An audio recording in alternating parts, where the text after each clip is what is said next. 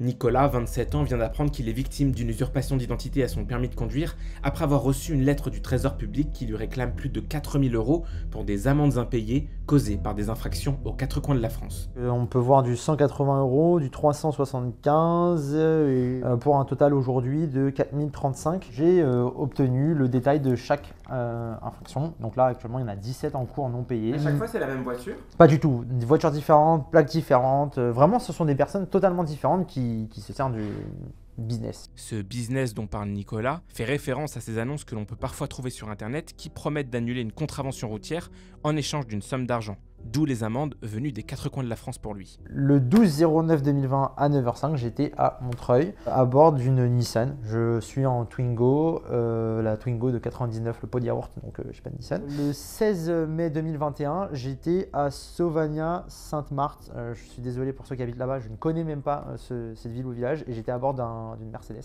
2 janvier 2022 à 7h32 à Loisy. À bord d'une Volkswagen.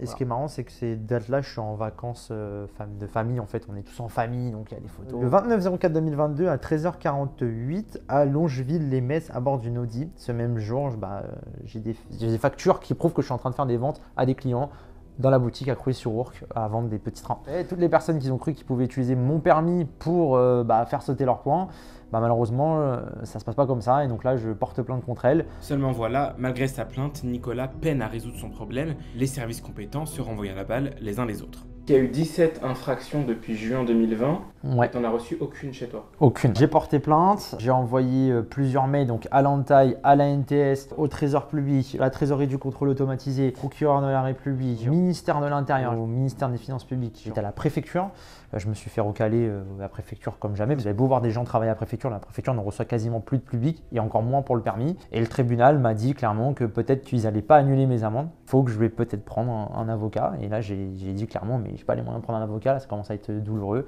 Là, c'est mon solde de points. Là, aujourd'hui, j'ai perdu un point qui n'est bien sûr, c'est pas le mien. Et en fait, tous les jours, si tu te connectes, je suis un peu tendu parce que les informations vont être mises à jour et ça se peut que je vais passer de 11 à 10, 9, 8, 7, 6, 5.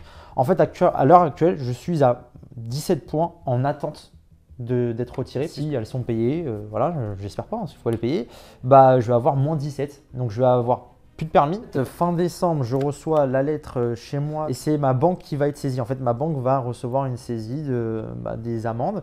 Et bon, je pars un peu dégoûté au boulot. Et au boulot, quand j'arrive, mon employeur, il a reçu le même courrier pour mon salaire. Et il doit faire quoi? Saisir les montants des amendes sur mon salaire à hauteur de 30% tous les mois.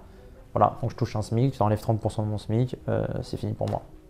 Est-ce que chaque jour, quand tu ouvres ta boîte aux lettres, tu n'as pas un peu peur d'avoir une nouvelle amende qui arrive? Ouais, ça va, c'est de la pub aujourd'hui. Ouais, j'ai comme mon compte bancaire.